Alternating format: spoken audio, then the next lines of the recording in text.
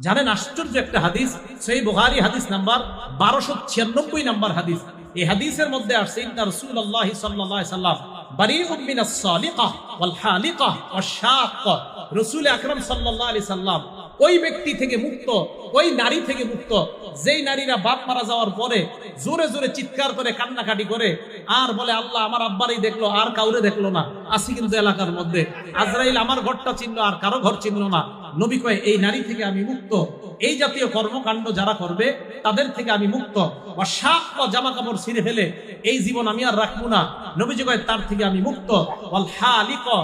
এই কোন শোককে কেন্দ্র করে মাথা মুন্ডন করে নবী কয় তার থেকে আমি মুক্ত। তাহলে আপনাদের কাছে জানতে চাই, মুহররম মাসকে কেন্দ্র করে মাতম করা হালাল না হারাম? এটা করা যাবে না। আল্লাহ আমাদের সকলকে বেঁচে থাকার তৌফিক দান করেন।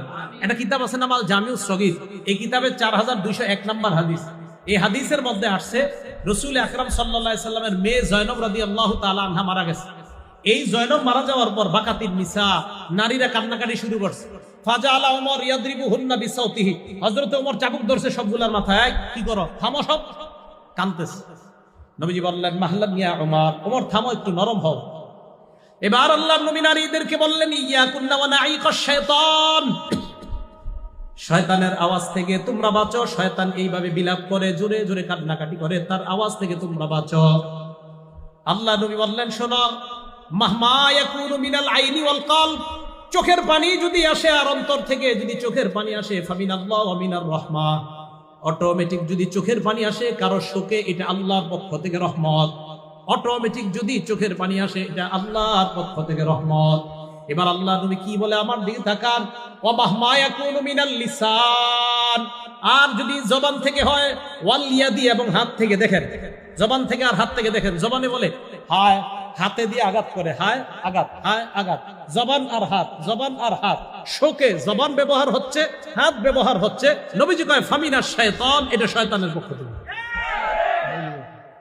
জবান আর হাত ফামিনাশ শাইতান, নবী বলছেন এটা শয়তানের পক্ষ থেকে। এটা মেশকাতেও পাবেন আপনার হাদিসটা, বাকি আল জামিউস সগীরের মধ্যে সনদ সহিহ আসছে, তাই আমি এটা বর্ণনা করলাম।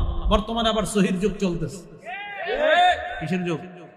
মাশাআল্লাহ, এই জন্য সহিগুলোই বলার চেষ্টা করতেছে। আজ যাই হোক, রাসূল আকরাম সাল্লাল্লাহু আলাইহি সাল্লাম এই কথাটা বললেন। এটা হলো 9 নাম্বার কথা। 10 নাম্বার, কারো মৃত্যুতে আমাদের কি করণীয়? মনে রাখবেন, কারো মৃত্যুতে আমাদের কি করণীয়? এলাকার কেউ মারা যায় না, কারো মৃত্যুতে আমাদের 1 নাম্বার করণীয়, বলেন ইন্না লিল্লাহি ওয়া ইন্না ইলাইহি রাজিউন, এটা পড়া। 2 নাম্বার করণীয়, বুখারী শরীফের 1284 নাম্বার হাদিস থেকে একটা দোয়া শিখাবো, আজকে থেকে এটা পড়বেন। নবীজির কন্যা মানে নবীজির এক নাতি মারা যায়। মারা যাওয়ার পর, মারা যাবে অবস্থা, নবীর কন্যা আল্লাহ নবীর কাছে সংবাদ পাঠাইলেন, আব্বা ইন্না ইবনালি কবিজ, আব্বা আমার ছেলেটা মুমূর্ষু অবস্থায় আছে, মারা যাবে অবস্থা, আব্বা মেহেরবানি করে আমাদের বাসায় একটু আসেন। বুখারীর বর্ণনা।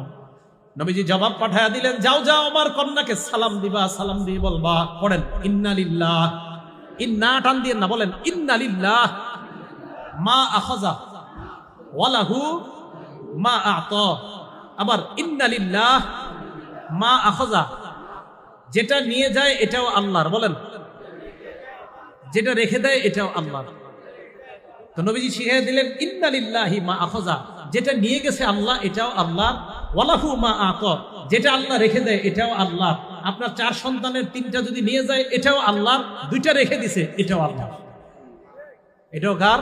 আল্লাহ। অকুল্লু শাইইন ইনদাহু বিআজালিন মুসাম্মা, আল্লাহর কাছে প্রত্যেকটা জিনিসের একটা নির্ধারিত সময় আছে, ওই সময় আসলে তোমার সন্তান চলে যাবে, এটা আল্লাহর ফয়সালা। তো নবীজি বললেন আমার